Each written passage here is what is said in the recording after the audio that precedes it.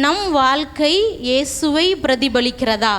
கிறிஸ்தவர்களாக வாழ்கிற நம்மளுடைய வாழ்க்கையில் நம் மூலமாக இயேசு வெளிப்படுகிறாரா அப்படின்றது தான் இன்றைக்கி செய்தியின் தலைப்பு. நீங்கள் யோசிச்சு பாருங்கள், உங்கள் டெய்லி ரொட்டீன் லைஃப்பில் உங்கள் மூலமாக எந்த இடத்துல எல்லாம் ஏசப்பா வெளிப்படுறாரு அப்படின்னு. இப்போது இந்த இடத்துல ஒரு சேர் இருக்குது, அந்த சேரில் ஏசப்பா உட்காந்து, ஜஸ்ட்டு நீங்கள் நினச்சிக்கோங்க, இங்கே ஒரு சேர் இருக்குது, அந்த சேரில் ஏசப்பா உட்காந்துருக்கிறாரு. ஒரு நாள் ஃபுல்லாக நீங்கள் என்னெல்லாம் பண்ணுறீங்க, நீங்கள் என்னெல்லாம் பேசுகிறீங்க, நீங்கள் எப்படியெல்லாம் நடந்து கொள்கிறீங்க அப்படின்றத ஏசப்பா பார்த்துட்டே இருக்கிறாரு. அந்த நாளோட எண்டில், அந்த டேவோட எண்டில் உங்களை கூப்பிட்டு, மகளே இன்னைக்கு ஃபுல்லாக நீ என்ன பிரதிபலிக்கிறமான வாழ்க்கை வாழ்ந்த அப்படின்னு ஏசப்பா உங்களை பார்த்து சொல்லுவாரா? இந்த சேரில், இங்கே ஒரு சேர் இருக்குது, அங்கே ஏசப்பா உட்காந்துருக்கிறாரு. ஒரு நாள் ஃபுல்லாக நீங்கள் என்னெல்லாம் பேசுகிறீங்க, எப்படியெல்லாம் நடந்து கொள்கிறீங்க, உங்கள் செய்கள் எல்லாம் எப்படி இருக்குன்னு ஏசப்பா பார்த்துட்டே இருக்கிறாரு. அந்த நாளோட நைட்டு உங்களை கூப்பிட்டு, மகளே மகனே இன்னைக்கு ஃபுல்லாக நீ என்ன மற்றவர்களுக்கு வெளிப்படுத்துகிற வாழ்க்கை வாழ்ந்த அப்படின்னு உங்களை பார்த்து ஆண்டவர் சொல்லுவாரான்னு கேட்குறேன் நான். உங்களுக்கு அந்த கான்ஃபிடென்ட் இருந்தால் ரொம்ப சந்தோஷம். நம்மளுடைய வாழ்க்கையில் ஒவ்வொரு நாளும் என்ன பண்ணணும்? ஏசப்பா வெளிப்படணும். நம்ம கிறிஸ்தவர்கள், நான் ஒரு கிறிஸ்டியன் அப்படின்னு சொல்கிறதுல எந்த அர்த்தமும் இல்லை. நம் மூலமாக கிறிஸ்து வெளிப்பட்டாதான் நம் உண்மையான கிறிஸ்தவர்கள். ஹல்லேலூயா. நம் மூலமாக யார் வெளிப்படணும்? கிறிஸ்து வெளிப்படணும். கிறிஸ்து எப்படி வெளிப்படுவார் அப்படின்னா, உங்கள் வாயின் வார்த்தையில் நீங்கள் அன்பான வார்த்தைகள் பேசும் பொழுது கிறிஸ்து உங்கள் மூலமாக வெளிப்படுவார். இந்த உலகத்தில் நீங்கள் வாழும் பொழுது உங்களோட பிஸ்னஸில் நிறையா பேர் லஞ்சம் வாங்கலாம், நிறையா பேரை ஏமாற்றலாம். ஆனால் அந்த இடத்துல நீங்கள் நேர்மையாக நடந்து கொண்டு இயேசுவை வெளிப்படுத்தலாம். பிறரை மன்னிக்கும் போது நீங்கள் இயேசுவை வெளிப்படுத்தலாம். உங்களுக்கு ரொம்ப கஷ்டமான கவலையான சூழ்நிலை இருக்கும் பொழுது அந்த இடத்துல நீங்கள் இயேசு மேலே விசுவாசமாக இருப்பதன் மூலமாக இயேசுவை வெளிப்படுத்தலாம். இந்த உலகத்தில் வாழ்கிறவங்களுக்கும் கவலை கண்ணீர் பயம் இருக்கும், நம்மளுக்கும் கவலை கண்ணீர் பயம் இருக்கும். ஆனால் அவங்க அந்த கவலையிலையும் கண்ணீரிலையும் மூழ்கி இருக்கும் பொழுது, அதே கவலை நமக்கு இருக்கும்போது நம்ம இயேசு மேலே விசுவாசமாக இருப்பதன் மூலம் நம்ம இயேசுவை வெளிப்படுத்தலாம். அது ஒரு பெரிய சாட்சி. எனக்கும் அதே கவலை தான், உனக்கும் அதே கவலை தான், ஆனால் நீ மட்டும் எப்படி இவ்வளோ ஸ்ட்ராங்காக கடவுள் மேலே நம்பிக்கையாக இருக்க? இது ஒரு பெரிய சாட்சி. இப்படியெல்லாம் நம்ம என்ன பண்ணலாம் அப்படின்னா இயேசுவை வெளிப்படுத்தலாம். பரிசுத்தமாக வாழ்கிறது மூலமாக நம்ம இயேசுவை வெளிப்படுத்தலாம். கிறிஸ்தவர்களாய் வாழுகிற நம்முடைய தினசரி வாழ்க்கையில் இயேசுவை வெளிப்படுத்துகிற கிறிஸ்தவ வாழ்க்கை தான் வாழணும். இந்த உலகத்தில் பிறந்தோம், ஏதோ சம்பாரித்தோம், எதையோ சேர்த்து வச்சோம், மறித்து போனோன்னு இல்லாமல் இந்த உலகத்தில் வாழுகிற ஒவ்வொரு நாளும் இயேசுவை வெளிப்படுத்துகிற வாழ்க்கை வாழ்ந்துட்டு தான் போகணும். இதுதான் ஒரு பெரிய கிஃப்ட். நம்ம என்ன சேர்த்து வச்சாலும் கொண்டுட்டு போக போகிறதே இல்லை. நம்ம எப்படி இயேசுவுக்காக வாழ்ந்தோம், எந்த நேரத்துலலாம் நம்ம இயேசுவை வெளிப்படுத்துகிறவர்களாய் வாழ்ந்தோம் அப்படின்றது தான் ஒரு கிறிஸ்தவ வாழ்க்கைக்கு ரொம்ப முக்கியம். நம்ம இயேசுவை வெளிப்படுத்தணும் அப்படின்னா எப்படியெல்லாம் வெளிப்படுத்தலான்னு சொன்னேன் நான். இப்படி நீங்கள் வெளிப்படுத்துறதுக்கு, உங்களுக்கு வழிகாட்டுறதுக்கு தேவன் ரெடியாக இருக்கிறாரு. நான் இயேசுவை போல மாறணும், என் நடக்கையில் நான் இயேசுவை போல இருக்கணும், என் சிந்தை மாறணும், என் செயல் மாறணும். நீங்கள் உங்கள் இருதயத்தில் ஆசைப்பட்டீங்கன்னா, உங்கள் இருதயம் வாஞ்சையாக இருந்ததுன்னா உங்களை வழிகாட்டுறதுக்கு தேவன் ரெடியாக இருக்கிறார். நீங்கள் ஆசைப்படணும், இயேசுவை போல மாறணும், இயேசுவை போல நான் வாழணும், என் குணம் மாறணும். நீங்கள் ஆசைப்பட்டீங்கன்னா உங்களை இயேசுவை போல மாற்றுறதுக்கு ஏசப்பா என்ன பண்ணுறாரு? உங்களுக்கு வழி காட்டுறதுக்கு ரொம்ப ரெடியாக இருக்கிறாரு. இப்போது நீங்கள் ஒரு காட்டுக்குள்ளே தொலைஞ்சி போயிட்டீங்க, ஒரு அடர்ந்த காடு, அந்த காட்டுக்கு நடுவில் நீங்கள் மாட்டிக்கிட்டீங்க. உங்களுக்கு எப்படி அந்த காட்டுக்குள்ளேருந்து வெளியே போகணுன்னே தெரியல. அப்போ ஒரு மனுஷன் வந்து உங்கள் கையில் ஒரு மேப்பை கொடுத்து, இந்தா இதை பார்த்து நீ வெளியே வந்துரு அப்படின்னு சொல்லிட்டு போகிறான். அந்த மேப்பை பார்த்தா உங்களுக்கு எதுவுமே புரியல. அடுத்து ஒரு மனுஷன் வர்றாரு, வந்து நான் போகிறேன், நீ என் பின்னாடியே வா, நம்ம இந்த காட்டிலேருந்து வெளியே போயிடலான்னு சொல்கிறாரு. பார்த்தீங்களா? அவர் தான் வழிகாட்டி. ஹல்லேலூயா. உங்கள் கையில் வெறும் தகவலை மட்டும் ஆண்டவர் கொடுத்துட்டு போல, எப்படி நீ இந்த உலகத்தில் என்ன போல வாழணுன்றதுக்கு வழிகாட்டுகிற தெய்வமாக இருக்கிறாரு. ஹல்லேலூயா. உங்களுக்கு வெறும் கட்டளைகளை மட்டும் ஆண்டவர் கையில் கொடுக்கல, எப்படி இந்த உலகத்தில் வாழணுன்றதுக்கு வழிகாட்டுறதுக்கு ஏசப்பா ரெடியாக இருக்கிறாரு. ஏசப்பா எப்படி இருக்கிறாரு, அவர் குணம் எப்படி இருந்ததுன்னு நீங்கள் யோசிக்க ஆரம்பித்தாலே உங்களுடைய குணங்கள் மாற ஆரம்பிச்சிடும். பிலிப்பியர் 2:5 சொல்லுகிறது, கிறிஸ்து இயேசுவில் இருந்த சிந்தையே உங்களிலும் இருக்க கடவது. கிறிஸ்தவர்களாய் வாழ்கிற நம்மளுடைய சிந்தை எப்படி இருக்கணும்? கிறிஸ்துவுக்கு என்ன சிந்தை இருந்ததோ அதே சிந்தை தான் நமக்கு இருக்கணும். இயேசுவை ஏற்றுக்கொண்ட நம்முடைய வாழ்க்கை எப்படி இருக்கணும்? இயேசுவை போல இருக்கணும். இயேசுவை போல நம்ம மாறணும். இந்த உலகத்துக்கும் நமக்கும் கண்டிப்பாக என்ன இருக்கணும்? ஒரு பெரிய டிஃப்ரெண்ட் இருக்கணும். உலகத்தோட கலந்து போகாமல் உலக மனிதர்களுக்கும் கிறிஸ்துவை பிரதிபலிக்கிற நம்மளுடைய வாழ்க்கையிலும் என்ன இருக்கணும்? நிச்சயமாக ஒரு பெரிய வித்தியாசம் இருக்கணும். நான் உங்களுக்கு உதாரணமாக ஒரு கதை சொல்கிறேன். ஒரு கிராமத்தில் ஒரு பாஸ்டர் என்ன பண்ணுவாராம், எவ்ரி சண்டே போய் காஸ்பல் சொல்கிறதுக்காக போவாராம். போய் ட்ராக்ஸ் கொடுக்கறதுக்காக போவாராம் அந்த கிராமத்துக்கு போகும்பொழுதெல்லாம் எல்லார்கிட்டையும் அந்த கிராமத்தில் வாழ்கிறவங்க கிட்ட இயேசு உங்களை நேசிக்கிறாரு அப்படின்னு சொல்லிட்டு பைபிள் கொடுப்பாராம், இயேசுவை பற்றி சொல்லுவாராம். அந்த கிராமத்தில் ஒரு மனுஷன் இருந்தானா, அந்த மனுஷனோட எண்ணம் எப்படிப்பட்டதுன்னா, இந்த உலகத்தில் கடவுள்னு ஒருத்தர் இல்லை அப்படின்னு சொல்லி வாழ்கிற ஒரு மனுஷன். எப்படிப்பட்ட மனுஷன்? இந்த உலகத்தில் கடவுள் ஒருத்தர் இல்லை அப்படின்னு சொல்கிற மனுஷன். ஆனால் இந்த பாஸ்டருக்கு இந்த மனுஷனை எப்படியாவது ரட்சிப்புக்குள்ளே வழி நடத்தணும் அப்படின்றது ஒரு பெரிய ஆசை. அநேக முறை அவர்கிட்ட போய் இயேசுவை நேசிக்கிறார். ஒரே ஒரு தடவை இந்த பைபிளை படித்து பாருன்னு சொல்லும் போதெல்லாம் அவர் வாங்கவே இல்லையா. எனக்கு இதெல்லாம் படிக்க நேரமே இல்லை, நான் ரொம்ப பிஸியாக இருக்கேன், இதை என் பக்கத்தில் கொண்டு வராதிங்க அப்படின்னு சொல்லி அவர் எப்பவுமே அதை அவாய்ட் பண்ணிகிட்டே இருந்தாராம். நாட்கள் கடந்து போனது. ஒரு 10 வருஷம் கழித்து அந்த கடவுளே இல்லைன்னு சொன்ன மனுஷன் அந்த பாஸ்டரை தேடி அவரோட சர்ச்சுக்கு போனாராம். அந்த சர்ச்சுக்கு போயிட்டு அந்த பாஸ்டரை பார்த்து, ஐயா நான் இயேசுவை ஏற்றுக்கொள்கிறேன் அப்படின்னு சொன்னாராம். அந்த பாஸ்டருக்கு ஒரே ஆச்சரியம், எப்படி நீ மனமாறின? நீ பைபிளை கையில் வாங்கவே மாட்டேன்னு சொன்னியே, உன்னை யார் மாற்றினா? உன் மனசு எப்படி மாறிச்சுன்னு அந்த பாஸ்டர் ரொம்ப சந்தோஷமாக கேட்டாராம். அப்போது அந்த கடவுளே இல்லைன்னு சொன்ன மனுஷன் சொன்னாராம், ஐயா நீங்கள் கொடுத்த பைபிளை நான் வாங்கலை, அது உண்மைதான். ஆனால் என் வீட்டு பக்கத்தில் ஒரு கிறிஸ்தவன் வாழ்கிறான், அவனோட வாழ்க்கையை நான் 10 வருஷமாக கவனிச்சிட்ருக்கேன். அவன் கஷ்டத்தில் ரொம்ப அமைதியாக இருந்தான், ஏழைகளுக்கு உதவுறத பார்த்தேன், பிறரை மன்னிக்கிறத பார்த்தேன். அவனோட வாழ்க்கை தான் நான் வாசித்த முதல் பைபிள் அப்படின்னு சொன்னாராம். அந்த வாழ்க்கை தான் என்னை இங்கே இயேசுவை தேடி வர வச்சது அப்படின்னு சொன்னாராம். ஹல்லேலூயா. அந்த பாஸ்டர் பல முறை போய் பைபிளை கொடுத்து படினாரு, அந்த மனுஷன் கையில் வாங்கலை. ஆனால் ஒரு எளிய கிறிஸ்தவன் இயேசுவை பிரதிபலித்தது மூலமாக கடவுளே இல்லைன்னு சொன்ன ஒரு மனுஷன் ஆலயத்தை தேடி வர்றாரு அப்படின்னா அந்த எளிய கிறிஸ்தவனுடைய வாழ்க்கையில் இயேசு எப்படி பிரதிபலிச்சிருக்கிறாரு?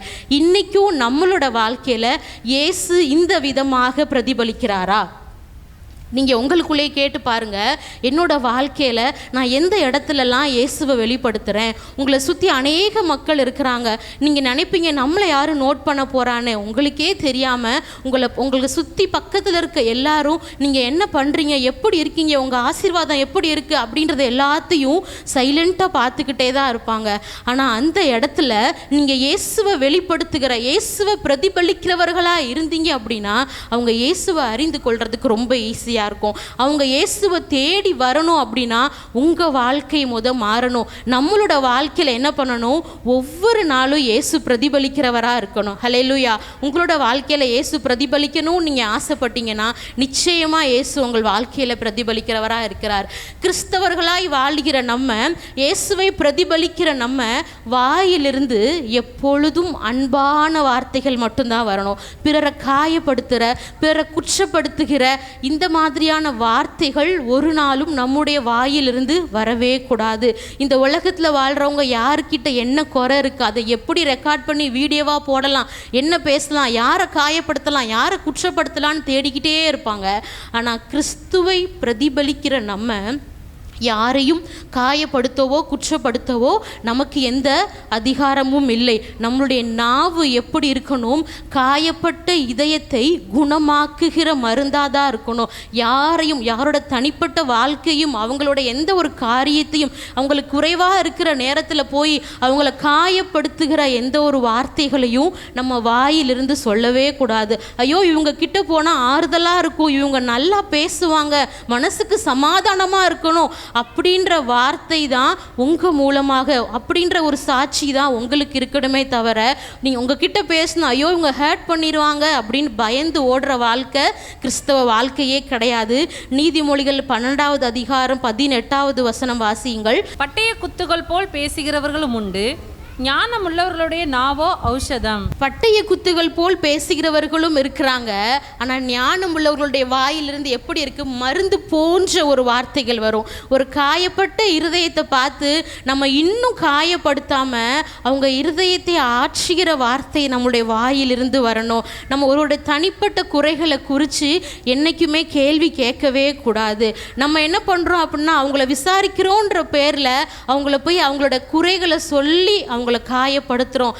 நம்மளை அறியாமலே நம்ம குற்றப்படுத்துகிற நம்முடைய நாவு ஒரு கொலையாளியை போல அந்த இருதயத்தை காயப்படுத்துகிறது. நம்ம உணர்ந்து கொள்ளணும். அதை நம்ம பேசும் பொழுது மிக கவனமாக ரொம்ப ஞானமாக பேசணும். இந்த வார்த்தை அவங்கள காயப்படுத்திடுமா, இந்த வார்த்தை அவங்கள குற்றப்படுத்திடுமா அப்படின்னு நம்ம ரொம்ப கவனமாக பேசணும். நம்முடைய வாயின் வார்த்தையின் மூலமாக நம்ம என்ன பண்ணலாம்? இயேசுவை பிரதிபலிக்கலாம். 1 சாமுவேல் 1வது அதிகாரத்தை எடுத்து வைத்து கொள்ளுங்கள். 1 சாமுவேல் 1வது அதிகாரம் 2வது வசனம் வாசியுங்கள். அவனுக்கு 2 மனைவிகள் இருந்தார்கள். ஒருத்தி பேர் அன்னாள், மற்றவள் பேர் பெனினாள்.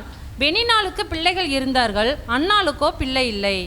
எல்கானான்ற ஒரு மனுஷனுக்கு 2 மனைவிகள் இருக்கிறாங்க. ஒருத்தி பெயர் அன்னாள், மற்றவள் பேர் பென்னினாள். அன்னாளுக்கு என்ன இல்லை? குழந்தை இல்லை. பென்னினாளுக்கு குழந்தைங்க இருக்காங்க. 6வது வசனம் வாசியுங்கள். கர்த்தர் அவள் கற்பத்தை அடைத்தபடியினால் அவளுடைய சக்கலத்தை அவள் துக்கப்படும்படியாக அவளை மிகவும் விசனப்படுத்துவாள். பென்னினாளுக்கு குழந்தைங்க இருந்தாங்க, அன்னாளுக்கு குழந்தை இல்லை. குழந்தை இல்லைன்ற ஒரே காரணத்துக்காக இந்த பென்னினாள் என்ன பண்ணுறாங்க?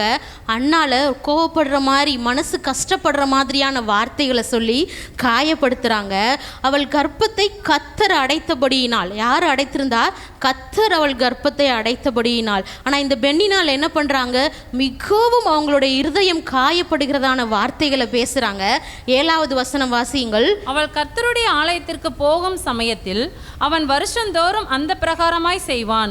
இவள் அவளை மனமடிவாக்குவாள். அப்பொழுது அவள் சாப்பிடாமல் அழுது கொண்டிருப்பாள். இந்த பெண்ணினால் பேசுகிற அந்த காயப்படுத்துகிற குற்றப்படுத்துகிற வார்த்தையால் அண்ணால் என்ன பண்ணுறாங்க? சாப்பிடாமல் அழுது கொண்டு இருக்கிறாங்களாம். ஒருத்தரோட பசியை மறந்து அவங்க அழுதுகிட்டே இருக்காங்கன்னா அவங்க இருதயம் எவ்வளோ காயப்பட்டிருக்குன்னு யோசிச்சு பாருங்களேன். இந்த பெண்ணினால் என்ன பண்ணுறாங்க? அண்ணாளை ரொம்ப காயப்படுத்திட்டே இருக்கிறாங்க. 10வது வசனம் வாசியுங்கள். அவள் போய் மனக்கசந்து மிகவும் அழுது கர்த்தரை நோக்கி விண்ணப்பம் பண்ணி. அண்ணால் என்ன பண்ணுறாங்க? இந்த காயப்படுத்துகிற குற்றப்படுத்துகிற இந்த வார்த்தையெல்லாம் கேட்டு மனம் கசந்து ஆண்டவர் சமூகத்தில் விண்ணப்பம் பண்ணுறாங்க.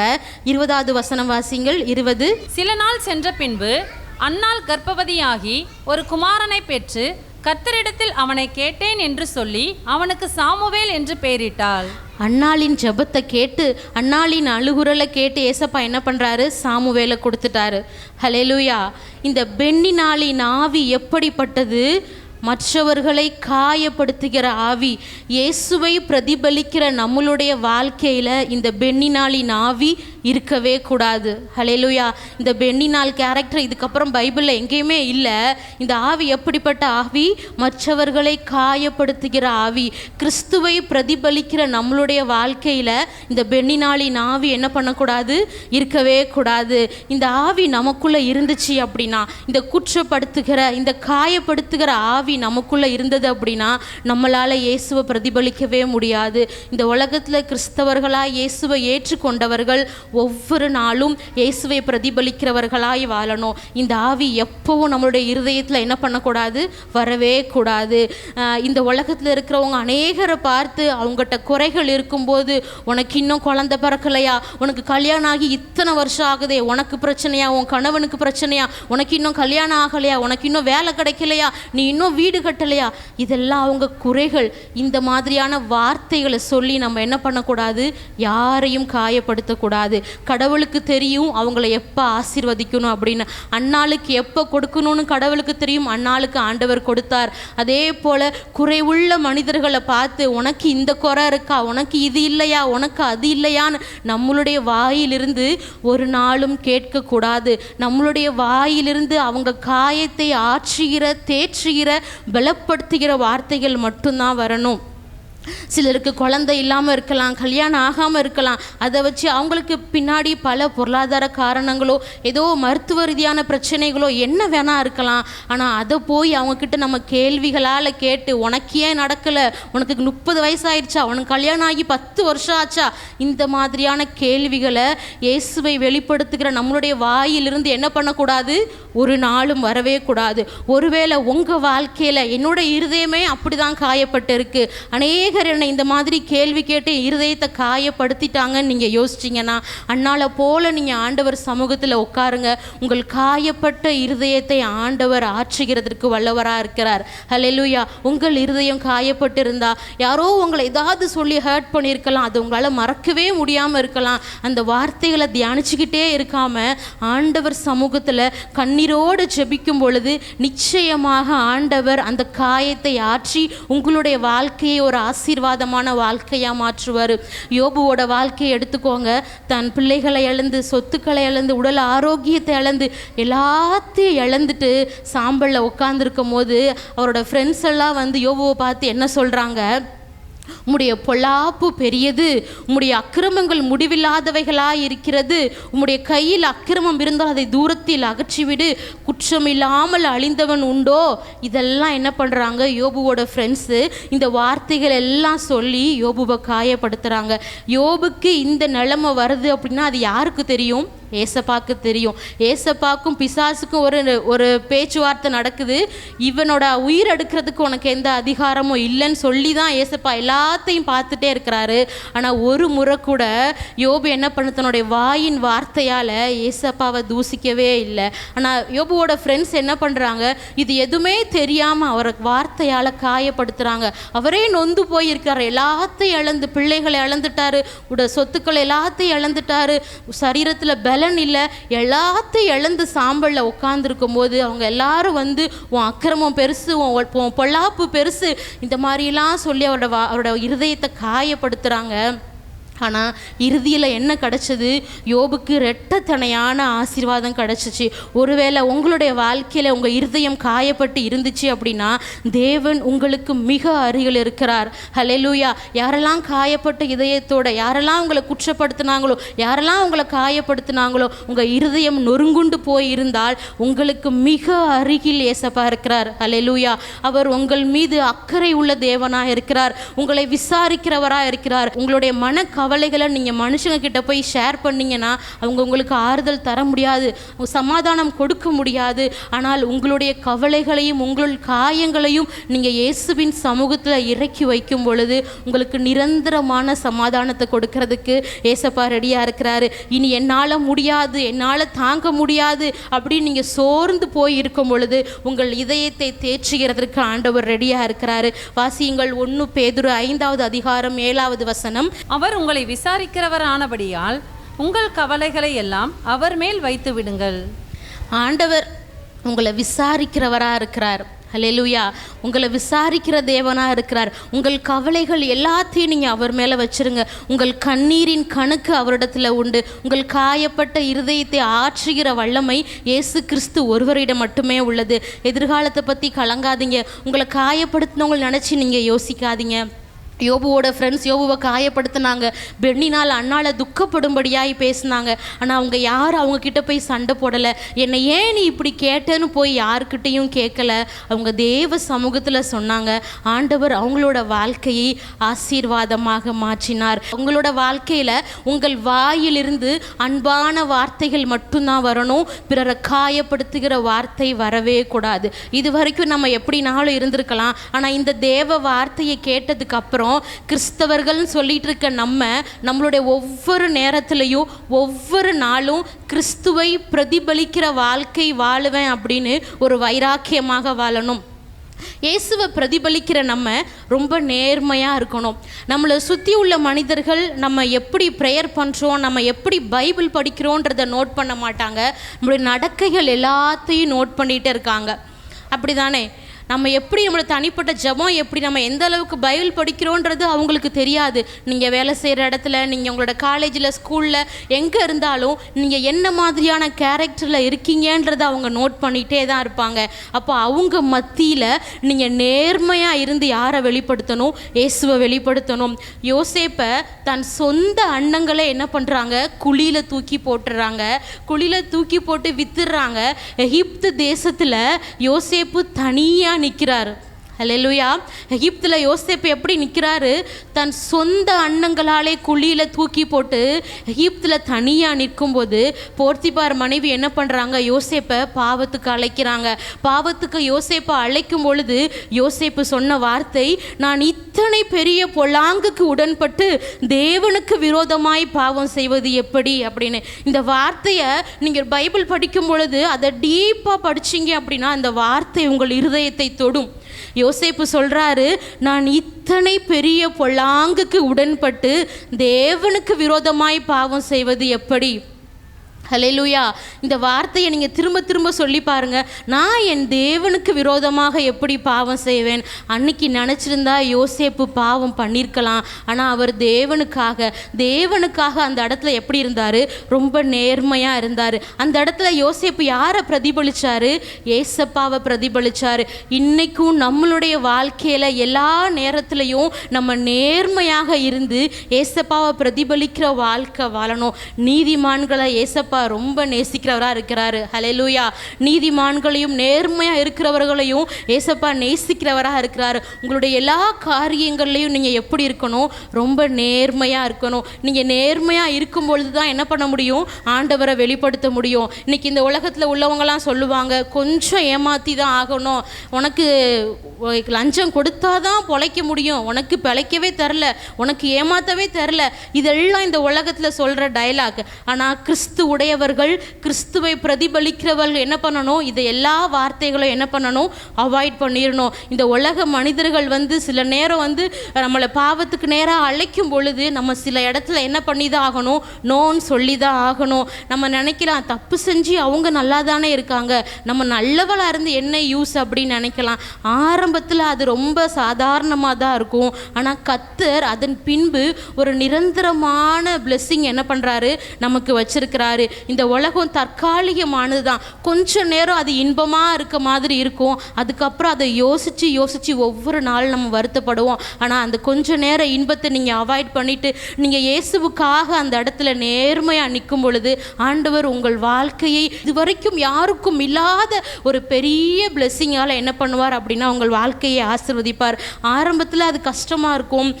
எல்லாரும் உங்களை அவமானப்படுத்தலாம், கஷ்டப்படுத்தலாம். நீ நேர்மையாக இருந்து என்ன பண்ண போகிறேன்னு சொல்லலாம். ஒரு சிறைச்சாலையை போன்ற சூழ்நிலை வரலாம். எல்லா கஷ்டமும் வந்தாலும் நீங்கள் இயேசுவுக்காக நேர்மையாக இருந்து நீங்கள் இயேசுவை பிரதிபலிச்சிங்க அப்படின்னா இதுதான் உண்மையான கிறிஸ்தவ வாழ்க்கை. ஹல்லேலூயா. இதுதான் உலகத்துக்கும் நமக்கும் உள்ள ஒரு பெரிய டிஃப்ரெண்ட்டு. நீங்கள் உலகத்தோடு சேர்ந்து அவங்கள போல் ஏமாற்றி அவங்கள போல் பாவம் பண்ணோன்னா நம்மளால் அந்த இடத்துல இயேசுவை பிரதிபலிக்கவே முடியாது. நம்மளுடைய வாழ்க்கையில் ஒவ்வொரு நாளும் நம்ம இயேசுவை பிரதிபலிக்கிறவர்களாக வாழணும். இந்த உலகம் ஏமாற்றும் பொழுதும் நீங்கள் நேர்மையாக இருந்தீங்கன்னா அந்த இடத்துல இயேசு வெளிப்படுவார். ஹல்லேலூயா.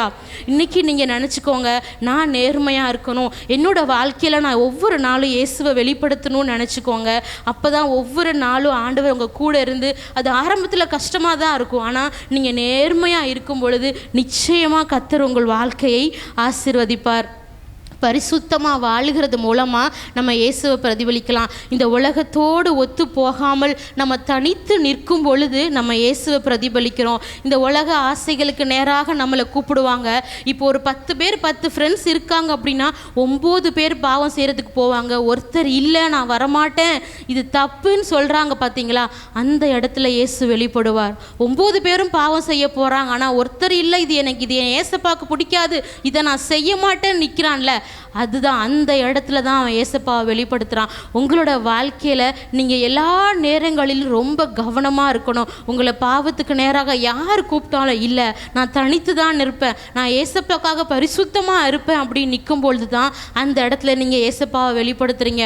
ஒரு காட்டில் ஒரு கழுகோட முட்டை என்ன பண்ணுச்சான், கோழியோட முட்டையோடு சேர்ந்து தெரியாமல் விழுந்துருச்சான். அந்த கோழியும் என்ன பண்ணுது, அந்த முட்டையை அடக்காத்து குஞ்சு பொறிச்சிருச்சான். அந்த கழுகு குஞ்சும் பொறிஞ்சு வந்துருச்சு. அந்த கழுகு குஞ்சி தான் ஒரு கழுகு குஞ்சுன்றதை மறந்துட்டு அந்த கோழிகளோட சேர்ந்து என்ன பண்ணுதான், குப்பைகளை கிளறி உணவை சாப்பிட ஆரம்பிச்சுதான். ஏன்னா அந்த கழுகு குஞ்சுக்கு தெரியல அது ஒரு கழுகு அப்படின்னு. கோழிகளோட சேர்ந்து அந்த உலகத்தோட சேர்ந்து குப்பைகளை கிளறி அந்த உணவெல்லாம் சாப்பிட்டுட்டு இருந்துச்சான். ஒரு நாள் அதுங்க மேய்ஞ்சிட்டே இருக்கும்போது வானத்தில் ஒரு கம்பீரமான கழுகு ரொம்ப ஹைட்டில் பறந்துட்டு இருந்துச்சான். அப்போ இந்த கழுகு குஞ்சு பார்த்து கேட்டுச்சான், அந்த பறவை என்னது இவ்வளோ பெருசாக இருக்குது, இவ்வளோ ஹைட்டில் பறக்குதே அப்படின்னு. அப்போ மற்ற கோழி குஞ்செல்லாம் சொல்லிச்சான், அதுதான் பறவைகளின் ராஜா, அதுதான் கழுகு, அது ரொம்ப ஹைட்டில் பறக்கும், நம்மெல்லாம் கோழிங்க தான், நம்மளாம் தரையில் தான் இருப்போம், நம்மளால் பறக்கவே முடியாதுன்னு சொல்லிச்சான். அப்போ இந்த கழுகு குஞ்சி அதை அப்படியே நம்பி தன் வாழ்நாள் முழுவதும் குப்பைகளை கிளறி சாப்பிட்டுட்டு மறிச்சு போயிருச்சான். ஆனால் அது ஒரு கழுகு குஞ்சு தான் கழுகுன்றதை மறந்துட்டு என்ன பண்ணுச்சு, குப்பையோட குப்பையாக இந்த உலகத்தோட உலகமாக பாவத்தோட பாவம் செஞ்சு கடைசியில் மறுத்து போயிருச்சு. ஆனால் நம்ம எப்படி இருக்கணும், உயர பறக்க வேண்டியவர்கள். நம்மளுடைய வாழ்க்கை கிறிஸ்தவ வாழ்க்கை, கிறிஸ்துவை பிரதிபலிக்கிற வாழ்க்கை எப்படிப்பட்ட வாழ்க்கை, கழுகுகளை போல உயர பறக்க வேண்டிய வாழ்க்கை. ஒரு நாள் நம்ம இந்த உலகத்தோட உலகமாக கலந்து போகாமல் நம்ம தனித்து நிற்கும் பொழுது நம்ம எப்படிப்பட்டவர்களாக இருப்போம், இயேசுவுக்கு ஒரு பெரிய மேன்மை உண்டாகும். நம்ம தனித்து நிற்கும் பொழுது நம்ம உயர பறக்க வேண்டியவங்க. இந்த உலகத்தோட உலகமாக நம்ம ஒரு நாளும் கலந்து போகவே கூடாது. நம்ம எப்பொழுதும் இயேசுவுக்காக வைராக்கியமாக என்ன பண்ணணும், பரிசுத்தமாக இருக்கணும், நேர்மையாக இருக்கணும். நம்ம வாயிலிருந்து அன்பான வார்த்தைகள் மட்டும்தான் வரணும். பிறரை காயப்படுத்துகிற குற்றப்படுத்துகிற கேள்விகளை கேட்கிற எந்த ஒரு தேவையில்லாத வார்த்தைகளும் நம்மளுடைய வாயிலிருந்து ஒரு நாளும் வரவே கூடாது. பிறரை மன்னிக்கிறதின் மூலமாக நம்ம இயேசுவை வெளிப்படுத்தலாம். நமக்கு துரோகம் பண்ணியிருப்பாங்க, நம்மளை தப்பாக நினச்சிருப்பாங்க, தப்பாக பேசியிருப்பாங்க, அவங்கள நீங்கள் மனப்பூர்வமாக மன்னிக்கிறீங்களே, இதுதான் இயேசுவின் உன்னத குணம். நம்ம பாவிகளாக இருக்கையில் இயேசு நமக்காக பலியானார். இந்த உலகத்தில் நம்மளை குறித்து அநேக பொய்யான குற்றச்சாட்டுகள் வைப்பாங்க, இல்லாததை பேசுவாங்க, காயப்படுத்துவாங்க. இவங்க எல்லாரையும் மன்னிக்கிறோம் பார்த்தீங்களா. இந்த இடத்துல நம்ம யாரை வெளிப்படுத்துகிறோம் அப்படின்னா ஏசப்பாவை வெளிப்படுத்துகிறோம். வேதாகமத்தில் ஸ்தேவானை பொய் குற்றச்சாட்சி சொல்லி கல்லெறிந்து கொள்கிறாங்க. கல்லடித்து கொள்ளும் பொழுது அந்த உயிர் போகிற நேரத்தில் ஸ்தேவான் என்ன சொல்கிறாருன்னா, முழங்கார் படிட்டு உரத்த சத்தமாய் அந்த கல் எறிஞ்சவங்களை பார்த்து கோவப்படலை, சாபம் கொடுக்கல, ஏன் என்ன அடிக்கிற, எதுக்கு இப்படி பண்ணனு யாரையும் பார்த்து கேள்வி கேட்கல, முழங்கார் படிட்டு உரத்த சத்தமாய், ஆண்டவரே இந்த பாவத்தை இவங்க மேலே சுமத்தாதீங்கன்னு சொல்கிறாரு. அவங்க கல்லெறிஞ்சு கொள்கிறாங்க. அந்த நேரத்தில் அந்த சாகிற நொடியில் உடம்பு ஃபுல்லாக காயமாக இருக்கிற நேரத்தில் அவருடைய இருதயம் எப்படி இருக்கிறது, ஆண்டவரே இந்த பாவ பலியை என்ன பண்ணாதீங்க, இந்த பாவத்தை இவங்க மேலே சுமத்தாதீங்க அப்படின்னு இயேசுவின் மன்னிக்கிற குணத்தை ஸ்தேவான் வெளிப்படுத்தினார். சிலுவையில் தொங்கும் பொழுது ஏசப்பா இவர்களை மன்னியும், தாங்கள் செய்கிறது இன்னதென்று அறியாது இருக்கிறார்கள்னு ஏசப்பா சொன்னது போல, இந்த இடத்துல ஏசப்பா மன்னிச்சது போல ஸ்தேவானும் என்ன பண்ணுறாரு, தன்னை காயப்படுத்தணும், தன்னை அடிக்கிறவங்கள, தன்னை கொலை பண்ணுறவங்கள என்ன பண்ணுறாரு, அவங்க மேலே பாவத்தை சுமத்தாதீங்க அப்படின்னு ஜெபிக்கிறாரு. இன்னைக்கு கிறிஸ்தவர்களாய் வாழுகிற நம்ம கிறிஸ்துவ பிரதிபலிக்கணும்னு நீங்கள் நினச்சிங்கன்னா, உங்களை யாரெல்லாம் காயப்படுத்தினாங்களோ, யாரெல்லாம் உங்கள் மேலே பொய் குற்றம் சுமத்துனாங்களோ அவங்க எல்லாரையும் நீங்கள் மன்னிக்கும் பொழுது உங்கள் எதிரிகளின் மத்தியில் நீங்கள் ஏசப்பாவை வெளிப்படுத்துகிறீங்க. அல்லேலூயா. நல்லவங்க கிட்ட ஏசப்பாவை வெளிப்படுத்துறது முக்கியம் இல்லை, உங்களை யாரெல்லாம் காயப்படுத்தினாங்களோ, யாரெல்லாம் உங்கள் மேலே வீண் பழி சுமத்துனாங்களோ அந்த எதிரிகள் இருக்கிறாங்கல்ல, எதிரிகள் மத்தியில் நீங்கள் அவங்கள மன்னிச்சுட்டு வரும்போது அந்த எதிரிகள் இடத்துல நீங்கள் ஏசப்பாவை வெளிப்படுத்துகிறவர்களாக இருக்கிறவங்களா இருக்கிறீங்க. ஹல்லேலூயா. இந்த அன்பு எப்படிப்பட்டது? நம்மளை காயப்படுத்தினவங்களை நேசித்து மன்னிக்கிற அன்பு. இந்த உன்னத குணம் யார்கிட்ட இருந்து வந்தது? நமக்கு ஏசப்பா கிட்ட இருந்து வந்தது.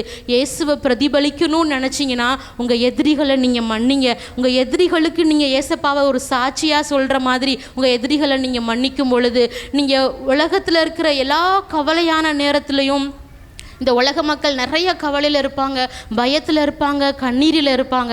நமக்கும் சேம் அதே கவலை பயம் இருக்கும்.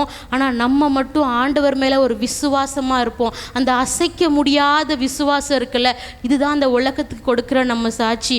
அதே கவலை, அதே கடன் பிரச்சனை, அதே பயம், அதே நோய் நமக்கும் இருக்கும். ஆனால் அந்த நேரத்தில் நம்ம ஆண்டவர் மேலே விசுவாசமாக இருக்கும். பார்த்தீங்களா? அப்போ அவங்க கேட்பாங்க, எப்படி இந்த கவலையான நேரத்துலையும் நீ கடவுள் மேலே இவ்வளோ நம்பிக்கையாக இருக்க? அப்போ அந்த கடவுள் யார்? அவர் அவ்வளோ பெரிய தேவனா அப்படின்னு அவங்க கேட்குற மாதிரி அவரோட விசுவாசம் எப்படிப்பட்டதாக இருக்கணும்? அசைக்க முடியாத விசுவாசமாக இருக்கணும். ஒரு கயரில் நடக்கிற ஒரு வித்தக்காரன் இருந்தானா, அந்த வித்தக்காரன் என்ன பண்ணுவானா, ஒரு மலையிலிருந்து இன்னொரு மலைக்கு நடுவில் கயர் கட்டிட்டு அந்த கயர் மேலே நடந்தே ஒரு மலையிலிருந்து இன்னொரு மலைக்கு போவானா. அது ஒரு அப்படி அது மாதிரி பண்ணுற ஒரு வித்தக்காரன். அவன் அப்படி நடந்து கயர் மேலே நடந்து போகும்போது கீழேருந்து அதை பார்க்குற மக்கள் எல்லாம் ஆரவாரமாக கைத்தட்டி சூப்பர் சூப்பர் சூப்பர் அப்படின்னு சொல்லுவாங்களாம். அப்போ அந்த வித்தக்காரன் ஒரு நாள் சொன்னானா, நாளைக்கு நான் இதில் சக்கரத்தை வச்சு தள்ளிக்கிட்டே இந்த மலையிலேருந்து இந்த மலைக்கு போயிடுவேன், அதெல்லாம் நீங்கள் நம்புறீங்களான்னு கேட்டானா. அப்போ கீழேருந்து பார்க்குறவங்க, கண்டிப்பாக உன்னால் முடியும், நீ போயிடுவேன்னு சொன்னாங்களாம். அதே மாதிரி அந்த வித்தக்காரன் என்ன பண்ணுறான், சக்கரத்தை வச்சு நடந்துக்கிட்டே என்ன பண்ணுறான், இங்கேருந்து இங்கே போயிட்டான். அப்போ அந்த வித்தக்காரன் கேட்குறான், அந்த கூட்டத்தில் இருந்த ஒருத்தரை கூப்பிட்டு, ஐயா, இந்த சக்கரத்துக்கு நடுவில் நான் ஒரு மனுஷனை உட்கார வச்சு கடந்து போயிடுவேன், நீங்கள் நம்புறீங்களான்னு கேட்டானா. உடனே அந்த மனுஷன், கண்டிப்பாக போயிடுவீங்க, நான் உங்களை விசுவாசிக்கிறேன், நீங்கள் போயிடுவீங்க அப்படின்னு சொன்னாராம். உடனே அந்த வித்தக்காரன் சொன்னானா, ஐயா, அந்த சக்கரத்துக்குள்ளே உட்காரதுக்கு நீங்கள் வாங்க, நான் உங்களை உட்கார வச்சு இங்கேருந்து அங்கே கூட்டிகிட்டு போயிடுறேன்னு சொன்னானா வித்தக்காரன். உடனே அந்த மனுஷன், ஐயோ என்னையை விட்டுருங்க, நான் வரல, எனக்கு பயமாக இருக்குது அப்படின்னு சொல்லி என்ன பண்ணிட்டானா, பின்வாங்கி போயிட்டானா. இன்றைக்கி நம்ம வாயின் வார்த்தைகளால் இயேசு என்னை காப்பாற்றுவார்னு சொல்கிறோம், ஆனால் இருதயத்துக்குள்ளே இயேசு மேலே விசுவாசம் இருக்கான்னு யோசிச்சு பார்க்கணும். ஹல்லேலூயா. நம்ம இயேசு என்னை காப்பாற்றுவார்னு சொல்கிறோம், நம்மளுடைய இருதயத்தில் விசுவாசம் இருக்கா? உண்மையாகவே நமக்குள்ளே விசுவாசம் இருந்துச்சுன்னா, இயேசு என்னை காப்பாற்றுவார், இயேசு இந்த பிரச்சனையை முடித்து கொடுப்பாருன்ட்டு அந்த பயத்தை கொடுக்குற அந்த பிரச்சனையை நீங்கள் மறந்துருப்பீங்க. ஆனால் அந்த பிரச்சனையை மைண்டில் வச்சுட்டு இயேசு என்னை காப்பாற்றுவார், இயேசு என்னை காப்பாற்றுவார், அது இல்லை விசுவாசம்.